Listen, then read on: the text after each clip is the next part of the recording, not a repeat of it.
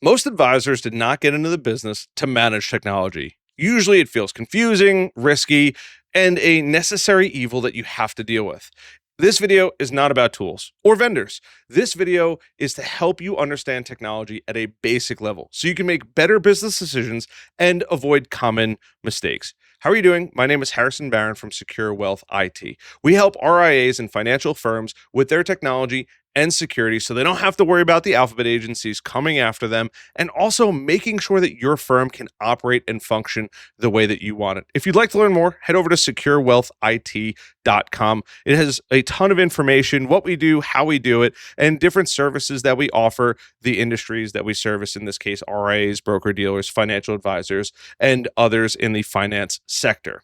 So what is technology supposed to do for an RIA? Right? We have to deal with it in one way or another.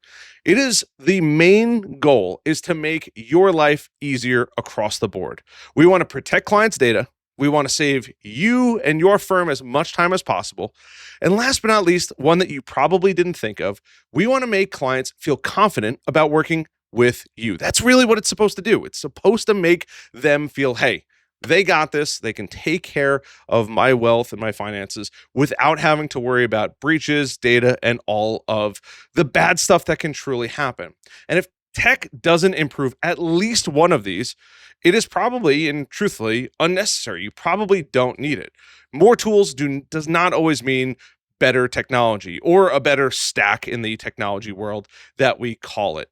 It is super, super important to understand that. Two firms using the same tools, but one feels calm and the other one feels chaotic, right? You have to understand and know the tools that you're actually using and how they're going to impact your client experience when they are actually working with you. So let's talk about the basic technology every RIA has across the board, right? At a high level. There's no brands, no mentions or anything like that. You're going to have a couple different things. You're probably going to have devices. Now, what are devices? Laptops, phones, computers, desktops, tablets, watches. I've seen people do work on watches and anything else that you are working on, and more specifically, putting in client information on. Some other technology you're going to have to deal with is probably the dreaded email and tons of files that come with it. This is where most mistakes and breaches happen, statistically speaking. And then your business applications. You need to have a CRM, your financial planning software, and portfolio tools that will help you have an incredible client experience, as well as security, right? Security should cover everything, not any one of these specific tools. You want your devices to be secure, your emails to be secure, your files to be secure and backed up, and business applications to be rock solid.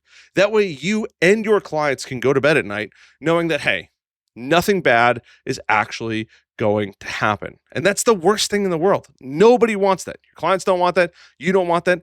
And nobody wants to see other people have data breaches and hacks that could cost them their name in the business. That is the absolute worst thing that could possibly happen. So let's talk about the three most common technology mistakes that we see across the board with our clients. Mistake number one, assuming compliance equals security. Now, there is a strong correlation, but that is not causation. You have to make sure that not only are you compliant for SEC, FINRA, and other standards, but you also want to make sure that you're taking security seriously. In many cases, those are the minimum requirements to get over that hump. And not saying that you need to go crazy, but you want to exceed at least a little bit of it.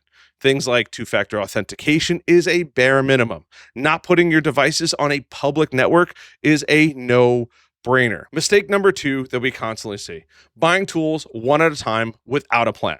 It is crazy how many tools advisors will just go out and grab regularly. It's great to have a CRM, Red Tail, Wealth Box is fantastic. You're going to need a portfolio manager too, and a reporting system, right? Orion, Black Diamond are also great examples of that. You're going to need a few things, right? And you're going to need a few things to run the business on top of the other technology that you need. You absolutely need a CRM, Red Tail, Wealth Box, whatever that you prefer. You're also going to need a portfolio management and a bit of a reporting system. Orion is a great option. Black Diamond is another fantastic option, as well as plenty of the other ones on the market. And last but not least, you're going to need a financial planning software. Now, there's a ton out there: Right Capital, eMoney, and Custodians, because you have to have that as a necessary evil. These are some of the core things, but don't buy those tools one at a time. Come up with a plan on how you plan to use all of them and making sure that they all work seamlessly together so that way it can make complex tasks significantly easier. And mistake number 3 that we see consistently is only thinking about technology when something breaks. Now, this is usually thought of as physical, right? In the physical world, not digital. The tools that you're using are the tools I just mentioned. I'm talking about scanners, printers, fax machines, phones, and sometimes your computers. You don't want to think about it when it breaks. In many cases, that could be missing information on a meeting, that could be not having files ready to present to a client. And honestly, it just creates headaches across the board. People don't know what to do, they don't know how to deal with it. And who do you actually call? Well, you could call us, but that's besides the point. Technology debt is like ignoring small paperwork issues until you get an audit. And that's the core problem that we consistently see. So, what does the flip side of that look like? What is good technology and how does it actually feel? Well, let's go through and think a little bit differently about this. You should have technology make your life simpler. I know I've said it a couple times, but it is really important to understand that. Logging in should be simple, right? Yes, you should have something like multi-factor authentication. It's another step that you have to go through, but the level of security is immense. Files should also be easy to find. There should be naming conventions, a central place where it's stored, and the last thing that you want is it being left on somebody's computer that they have to go back to the office to access. And systems should feel consistent across the board. There shouldn't be ins and outs or anything like that. It should be, hey, this is our system and this is how it works. And problems get handled without panic. That is truly how technology, or good technology, should actually feel. And it is rarely noticed because it just works. Bad technology is always loud, it's annoying, and you probably have somebody in the office or maybe even you complaining about it. So I want to give you something to do right after this video ends, right after you stop watching it. And hopefully at this point, I've earned a like button, a subscribe button, and a notification bell. Ask one question: who is responsible for our technology and security? Write down every system that you use in a normal workday, maybe an abnormal workday too, but it's good to have it on paper so that way you can look back at it down the road. And ask how and who is taking care of updates. In the case of recording this video, Windows 10 just recently went end of life, taking care of backups. Who's handling that? And who's making sure that these things are actually done? You don't need to become more technical. You just need to clarify and put it on paper. And as soon as you see that, life will get significantly easier for you.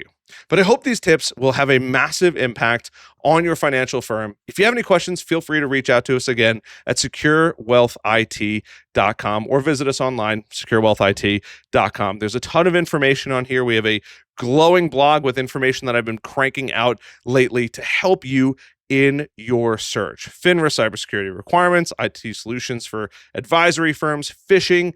We're going to get into all that good stuff here down the road. But if you'd like to learn more, go to securewealthit.com. I hope you have a fantastic rest of your day, and I'll see you on the next video.